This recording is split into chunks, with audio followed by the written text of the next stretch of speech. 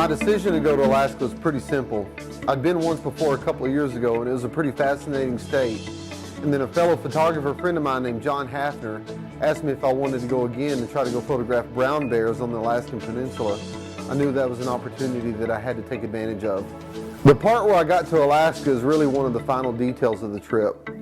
I decided I wanted to see parts of the western United States in the falls, and so really the whole trip was really broken into different acts. You know, Act 1 was driving through the western U.S., Act 2 was going to Alaska, and just the process of going from a populated place like Anchorage to a small town like King Salmon to really an out-of-the-way outback place like the Katmai National Park on the Alaskan Peninsula.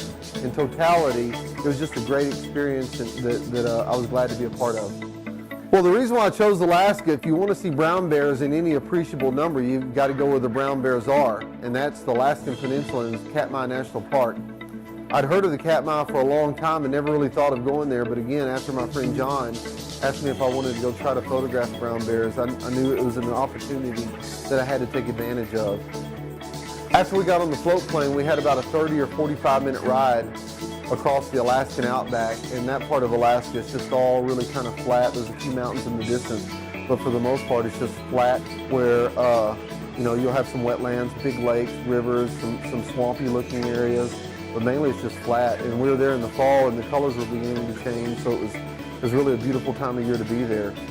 Once we landed, we unpacked our gear off the float plane, set up camp. We were staying in tents, set up camp, and within just a few minutes of us being there, we got to encounter our first black bear. And it was a sow and two cubs that were coming down the beach. We were staying right off of a lake called Naknek Lake, huge natural glacial lake there on the Alaskan Peninsula, and we were able to photograph that mother and her two cubs. They came pretty close to us.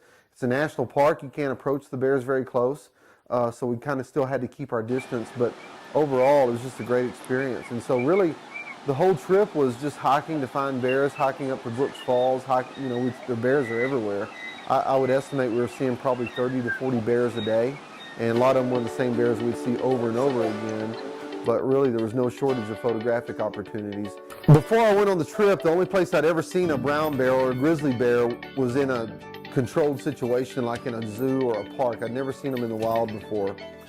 It's not like we were hiding. We were walking around. We were in sight for the bears to see, but they're used to seeing people. And at that time of the year, they're so intent on feeding, all they're worried about is trying to catch those fish and eat as many as they can so they can hibernate and be able to come out of hibernation the next spring.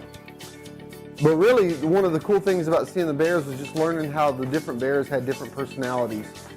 For example, there was a young female bear that would come to the waterfall every day, and she would avoid the males because the males would try to fight each other, but she would find a way in and be able to avoid all the males, and she'd go stand at the top of the waterfall.